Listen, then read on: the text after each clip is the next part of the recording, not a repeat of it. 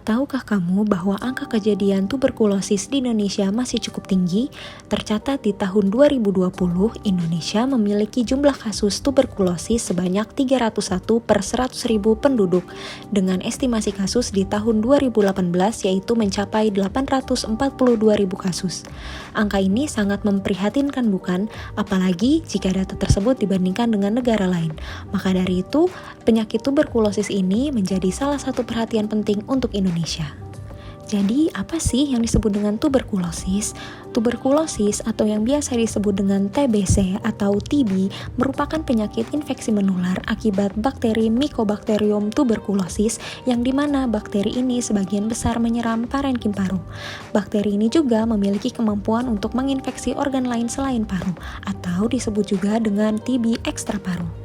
Mycobacterium tuberculosis merupakan bakteri aerob obligat yang artinya mutlak memerlukan oksigen untuk hidup, dan bakteri tersebut berbentuk batang atau basil yang tahan asam atau biasa kita kenal dengan sebutan bakteri BTA. Disebut bakteri tahan asam karena dinding sel bakteri tersebut terbuat dari asam mikolat yang sulit ditembus oleh pemeriksaan pewarnaan biasa. Terdapat 5 bakteri yang berkaitan erat dengan infeksi TB, namun Mycobacterium tuberculosis lah yang hingga saat ini merupakan bakteri yang paling sering ditemukan dan menular antar manusia melalui rute udara. Tuberkulosis dapat ditularkan antar manusia melalui transmisi inhalasi, atau jika seseorang menghirup udara yang terdapat percikan atau disebut juga dengan droplet yang dapat keluar dari seseorang yang terinfeksi TB paru ketika orang tersebut sedang batuk, bersin, maupun berbicara, dan juga jika orang tersebut sedang dilakukan tindakan medis yang bersifat aerosol, seperti saat pengambilan sampel sputum atau dahak, atau bronkoskopi, atau tindakan pemasangan alat bantu napas secara invasif atau yang biasa kita sebut dengan intubasi. Tuberkulosis merupakan penyakit yang sangat menular atau infeksius, apalagi jika didapatkan hasil pemeriksaan sputum positif 3. Dengan kata lain, TB tersebut paling infeksius. Beberapa faktor yang dapat menentukan transmisi bakteri TB adalah yang pertama, jumlah organisme TB yang keluar dari droplet ke udara. Yang kedua, konsentrasi atau banyaknya organisme TB dalam udara dapat ditentukan oleh volume ruang dan ventilasi. Yang ketiga, lamanya seseorang menghirup udara yang sudah terkontaminasi droplet TB. Gejala khas yang biasanya muncul pada pasien yaitu pertama, jika batuk lebih dari 2 minggu. Batuk yang dialami kebanyakan adalah batuk berdahak. Yang kedua, berkeringat pada malam hari, walaupun pasien tersebut dalam kondisi tidak sedang beraktivitas fisik. Yang ketiga, terjadinya penurunan berat badan yang signifikan. Dan yang keempat adalah demam yang dialami biasanya lebih dari 2 minggu.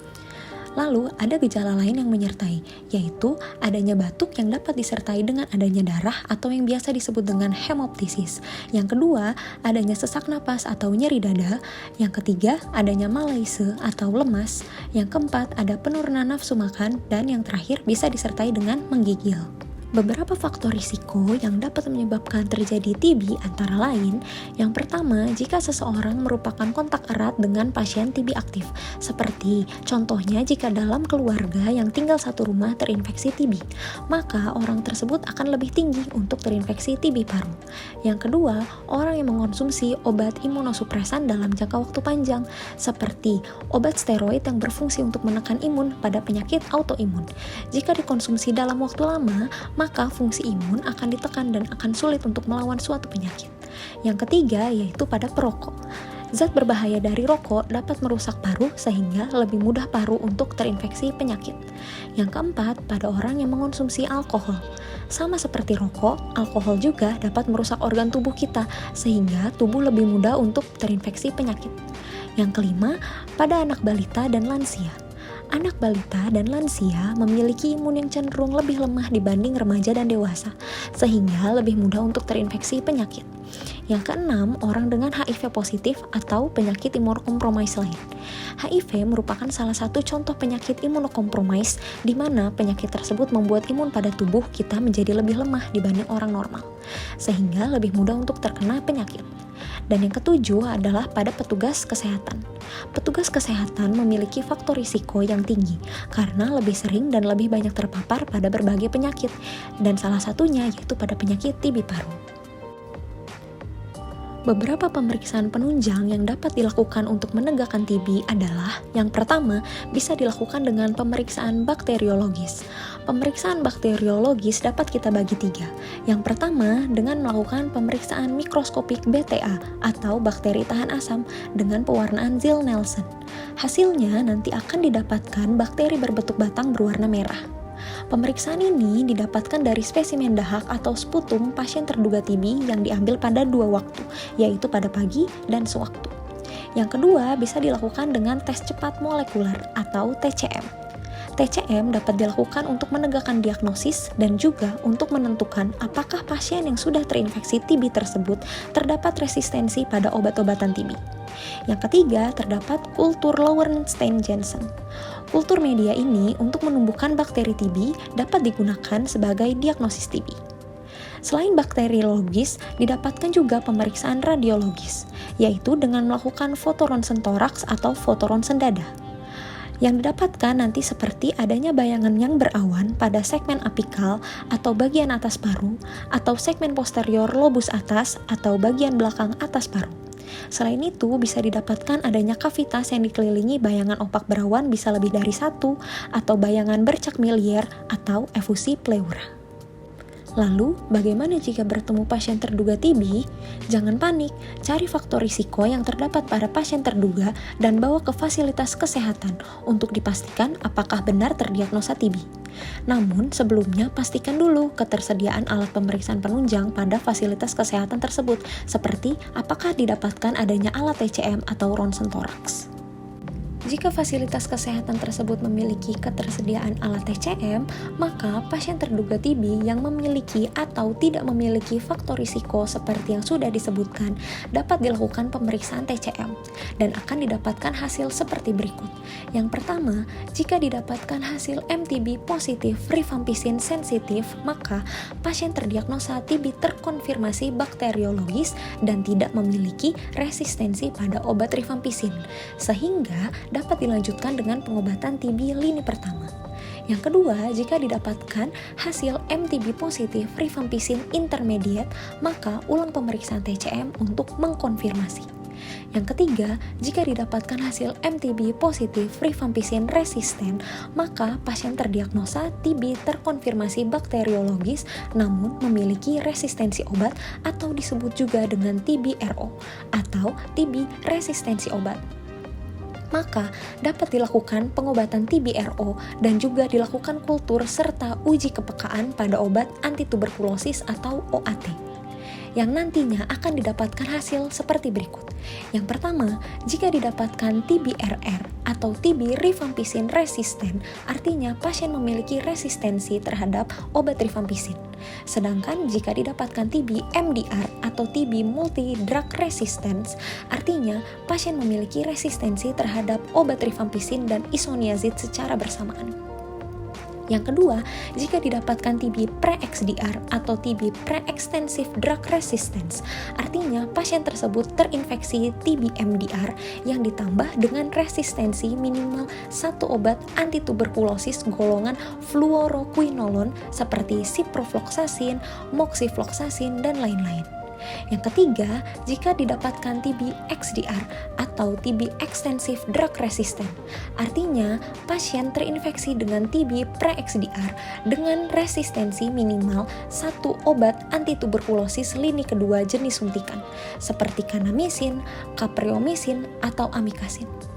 Lalu, yang keempat, jika didapatkan hasil MTB negatif, maka lakukan pemeriksaan fototoraks untuk konfirmasi. Jika fototoraks didapatkan hasil positif, maka pasien tersebut terdiagnosa TB terkonfirmasi radiologis atau klinis. Jika fasilitas kesehatan tersebut tidak memiliki alat TCM, maka pasien terduga TB yang memiliki faktor risiko seperti yang sudah disebutkan dapat dirujuk ke fasilitas kesehatan yang memiliki alat pemeriksaan TCM. Namun, jika pasien terduga TB tidak memiliki faktor risiko seperti yang sudah disebutkan, maka dapat dilakukan pemeriksaan mikroskopik BTA atau bakteri tahan asam yang spesimennya didapatkan dari dahak atau sputum pasien terduga TB. Dan hasilnya yang akan didapatkan seperti berikut.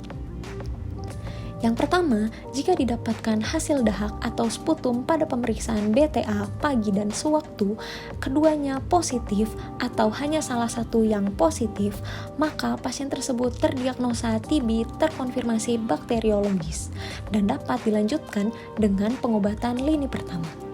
Yang kedua, jika didapatkan hasil dahak atau sputum pada pemeriksaan BTA pagi dan sewaktu, namun keduanya hasilnya negatif, maka yang pertama dapat dilanjutkan dengan pemeriksaan ronsen toraks.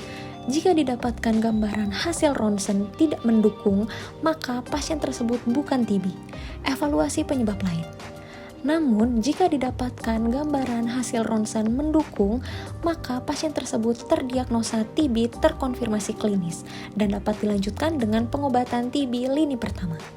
Yang kedua, jika fasilitas kesehatan tidak memiliki ronsen toraks, maka lakukan terapi dengan memberikan antibiotik non-OAT atau antibiotik yang bukan termasuk obat antituberkulosis. Jika tidak ada perbaikan klinis, maka pasien tersebut terdiagnosa TB terkonfirmasi klinis dan dapat dilanjutkan dengan pengobatan lini pertama. Namun, jika pasien tersebut terdapat perbaikan klinis setelah mengkonsumsi antibiotik non-OAT, maka pasien tersebut bukan TB. Evaluasi penyebab lain.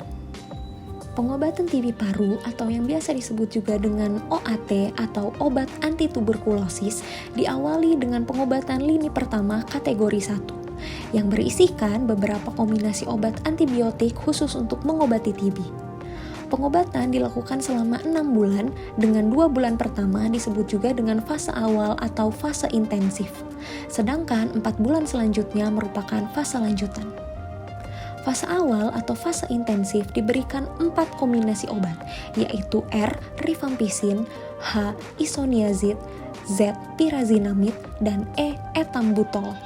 Sedangkan untuk fase lanjutan hanya diberikan 2 kombinasi obat, yaitu R. rifampicin dan H. isoniazid.